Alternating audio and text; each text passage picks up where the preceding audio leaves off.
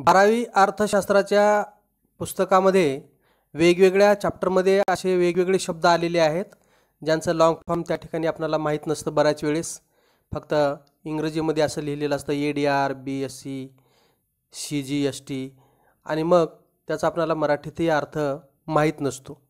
म्हणून अशा प्रत्येक शब्दाचे विस्तृत स्वरूप या ठिकाणी दिलेलं आहे. ते विस्तृत रूप आपण खालीलप्रमाणे पाहणार आहोत. ADR, अमेरिकन डिपॉझिटरी रिसिप्ट्स, याला आपण अमेरिकन ठेव पावती म्हणतो. ADRचा long form American depository receipts म्हणजेच अमेरिकन ठेव पावती. BSE, बॉम्बे स्टॉक एक्सचेंज म्हणजेच मुंबई शेअर बाजार. त्याच्यानंतर CGST, central goods and service tax. GSTच्या संदर्भात केंद्र सरकारचा GSTचा भाग आहे हा, म्हणून central goods and service tax CGST. आता आपण एखादी वस्तू जर कुठे खरेदी केली तर त्या पावतीत येत असतं CGST किती आहे, SGST किती आहे किंवा IGST किती आहे. CGST, central goods and service tax, केंद्रीय वस्तू व सेवा कर. त्याच्यानंतर CRR, कॅश रिझर्व्ह रेशो, रोकड निधीचे गुणोत्तर, कॅश रिझर्व्ह रेशो. त्याच्यानंतर CSO, सेंट्रल स्टॅटिस्टिकल ऑर्गनायझेशन, केंद्रीय सांख्यिकीय संघटना. त्याच्यानंतर DFHI, discount and finance house of India, discount and finance house of India. DFHI, discount and finance house of India, भारतीय सवलत व वित्तीय गृह. त्याच्यानंतर DFI, डेव्हलपमेंट फायनान्शियल इन्स्टिट्यूशन, विकास वित्तीय संस्था. त्याच्यानंतर EGEPC, engineering goods export promotion council. विदेशी व्यापार या धड्यामध्ये हा शब्द आहे. EGEPC, engineering goods export promotion council, अभियांत्रिकी वस्तू निर्यात प्रोत्साहन समिती. त्याच्यानंतर GDP, ग्रॉस डोमेस्टिक प्रोडक्ट, स्थूल देशांतर्गत उत्पादन. त्याच्यानंतर GDR, ग्लोबल डिपॉझिटरी रिसिप्ट्स, जागतिक ठेव पावती, जागतिक ठेव पावती. त्याच्यानंतर GNP, ग्रॉस नॅशनल प्रोडक्ट, एकूण राष्ट्रीय उत्पादन. GST, goods and service tax, वस्तू व सेवा कर. ICICI, industrial credit and investment corporation, भारतीय औद्योगिक आणि गुंतवणूक bank.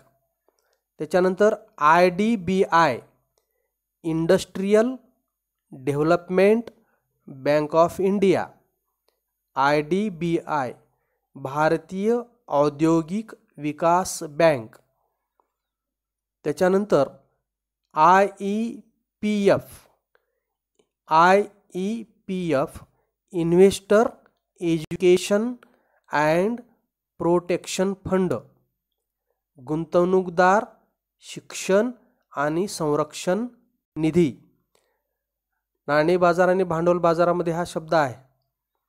IEPF, investor education and protection fund, गुंतवणूकदार शिक्षण आणि संरक्षण. जे काही गुंतवणूकदार आहेत त्यांना गुंतवणुकीच्या संदर्भात शिक्षण देणे, ते कसे सुरक्षित राहतील याच्या संदर्भात आणि त्यांचा निधी कसा सुरक्षित राहील याच्याबद्दलचं ज्ञान देणे. Investor education and protection fund, गुंतवणूकदार शिक्षण आणि संरक्षण निधी. त्याच्यानंतर IFCI industrial finance corporation of India, भारतीय औद्योगिक वित्त महामंडळ IFCI. त्याच्यानंतर IGST integrated goods and service tax, एकत्रित वस्तू व सेवा कर. हा राज्यामधला झालेल्या व्यापारावर लागला जाणारा कर जो आहे तो IGST आहे. IGST integrated goods and service tax, एकत्रित वस्तू व सेवा कर. त्याच्यानंतर IIBI industrial investment bank of India. म्हणजे industrial investment bank of India, भारतीय औद्योगिक आणि गुंतवणूक बँक. त्याच्यानंतर LAF लिक्विडिटी ॲडजस्टमेंट फॅसिलिटी, तरलता समायोजन. MMF ट्रिपल M आहे या ठिकाणी, MMF मनी मार्केट म्युच्युअल फंड्स, नाणे बाजारातील परस्पर निधी. NDF नेट डोमेस्टिक प्रोडक्ट, निव्वळ देशांतर्गत उत्पादन. NEFT national electronic fund transfer, राष्ट्रीय पैसे हस्तांतरण. NNP नेट नॅशनल प्रोडक्ट, निव्वळ राष्ट्रीय उत्पादन. NSE नॅशनल स्टॉक एक्सचेंज, राष्ट्रीय शेअर बाजार म्हणतो त्याला आपण NSE. OECD organisation for economic cooperation and development, OECD organisation for economic cooperation and development, आर्थिक सहयोग आणि विकास संघटन. OPEC organisation of petroleum exporting countries. OPEC organisation of petroleum exporting countries, petroleum निर्यातक देश संघटना. या दोन्ही संघटनेचा अभ्यास आपण विदेशी व्यापारामध्ये केलेला आहे. कारण भारताचा निर्यात व्यापाराचा कल आणि भारताच्या आयात व्यापाराचा कल या दोन संदर्भात, दोन देश संघटनेच्या संदर्भात, तसेच विकसनशील राष्ट्रांच्या संदर्भात सुद्धा आणि युरोपीय देशांच्या संदर्भात सुद्धा आपण पाहिलेला आहे. म्हणून OECD आणि OPEC या विदेशी व्यापाराच्या धड्यामध्ये या संकल्पना आहेत. त्याचं लॉंग फॉर्म आहे organisation of petroleum exporting countries, petroleum निर्यातक देश संघटना. त्याच्यानंतर RTGS real time gross settlement, हे बँकातून दुसऱ्या बँकेत किंवा दुसऱ्या व्यक्तीच्या खात्यावर पैसे पाठवण्यासाठी ह्या बाबी आहेत. रिअल टाईम ग्रॉस सेटलमेंट, तत्काळ पैसे पाठवणे. आपण बँकेमध्ये जर गेला तर हे शब्द दिसतात तिथं, RTGS, नेफ्ट. त्याच्यानंतर SBTS screen based trading system, संगणकीकृत व्यापार प्रणाली, म्हणजे शेअर मार्केटच्या संदर्भात हा शब्द आहे. आज आपण शेअर मार्केटमध्ये आपापल्या भागातून एखाद्या कंपनीमध्ये पैसे गुंतवू शकतो. त्या कंपनीचे संपूर्ण व्यवहार आपल्याला स्क्रीनवर दिसत असतात आणि त्यासाठी डीमॅट खातं आपल्याला काढावं लागत असतं. त्याच्यानंतर SEBI SEBI securities and exchange board of India, म्हणजे शेअर मार्केटवर नियंत्रण ठेवण्यासाठी सेबीची स्थापना करण्यात आलेली आहे. भारतीय प्रतिभूती आणि विनिमय मंडळ, त्याचा मराठी अर्थ काय, भारतीय प्रतिभूती आणि विनिमय मंडळ. त्याच्यानंतर SFCs state finance corporation, SFCs state finance corporation, राज्य वित्तीय निगम.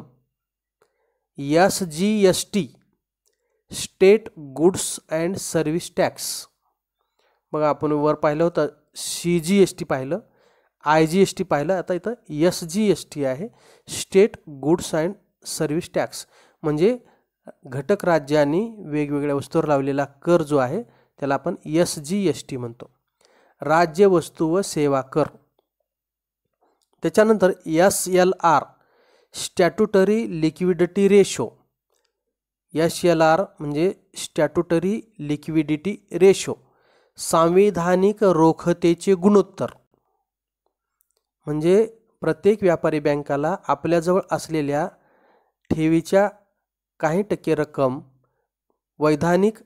सांविधानिक रोखता रिझर्व्ह बँकेमध्ये खातं काढून त्या खात्यात आपली काही रक्कम तिथे ठेवावी लागत असते. SLR म्हणजेच स्टॅट्युटरी लिक्विडिटी रेशो. वर आपण बघितलं CRR कॅश रिझर्व्ह रेशो आणि स्टॅट्युटरी लिक्विडिटी रेशो अशा दोन पद्धतीने व्यापारी बँकांना आपल्याजवळ असलेल्या ठेवीच्या ठराविक टक्के रक्कम रिझर्व्ह बँकेकडे ठेवावी लागत असते. आणि UTI शेवटी युनिट ट्रस्ट ऑफ इंडिया, भारतीय युनिट ट्रस्ट, असे हे वेगवेगळे शब्द आणि त्याचे लॉंग फॉर्म दिलेले आहेत. म्हणजे आपणाला धड्या वाचत असताना हे सपोर्टिंग होतं की लगेच आपणाला ते कळतं नेमकं काय आहे ते.